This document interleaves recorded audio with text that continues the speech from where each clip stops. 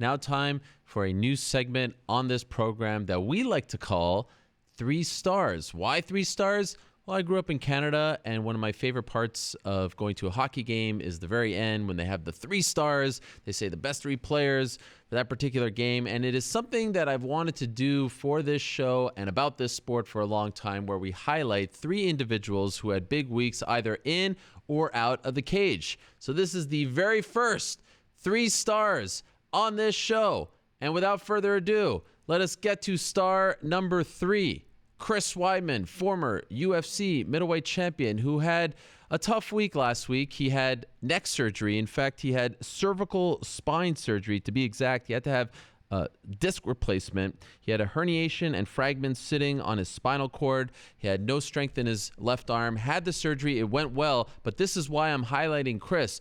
Days after the surgery, 3 days later, he went to his son's wrestling tournament. His wife, Marie V, went on Instagram and highlighted the fact that Chris would not stay at home. You see over there, he's got the scar on his neck. He wanted to be there for his son, who was competing at his alma mater of Hofstra University. It was a very big moment for him, a proud moment. And there you see CJ got first place.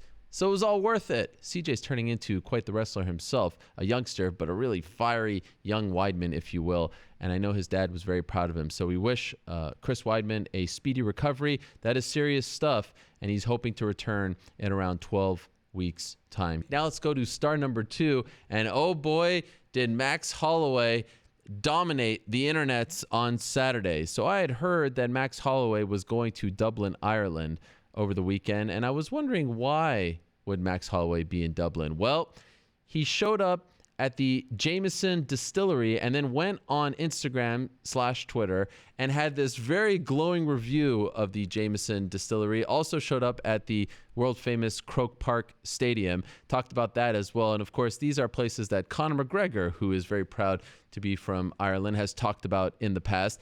Some subtle shots at Conor McGregor, who he lost to back in 2013. In fact, his last professional loss. Talked about how Jameson has been around for over a century and it's not some watered down trend. It seems as though Max Holloway, the reigning defending featherweight champion, who has talked about going up to 155, is angling for a title fight against one Conor McGregor. And I have to say, this was very original. It was unique. It was thoughtful. I liked it very much. And it got a lot of people talking about a potential rematch between Max Holloway and Conor McGregor. So good on ya, Max Holloway.